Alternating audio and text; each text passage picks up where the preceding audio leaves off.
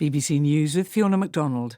Russia has urged Ukrainians defending the besieged port of Mariupol to surrender, promising them safe passage out of the city if they lay down their arms. The Defence Ministry in Moscow admitted that a terrible humanitarian catastrophe was unfolding in Mariupol, which has endured weeks of Russian bombardment. It said it would open humanitarian corridors on Monday, first for fighters, then for civilians. Russia says it wants a response from the Ukrainian government by 5 o'clock Moscow time. The United Nations Refugee Agency says 10 million Ukrainians have now fled their homes because of the war, almost a quarter of the population. It described the speed and scale of the displacement as unprecedented in recent decades.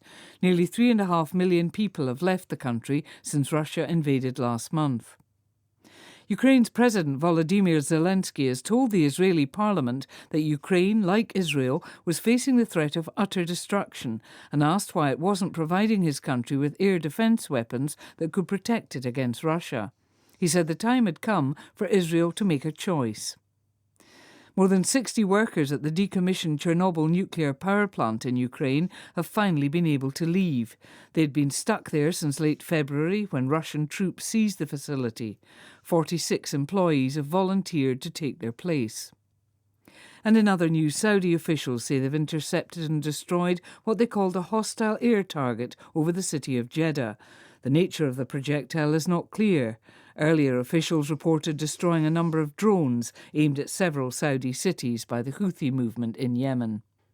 And the Philippine Electoral Commission says it's considering how to proceed after the front-runners in both the presidential and vice-presidential elections in May skipped the first televised debates. BBC News.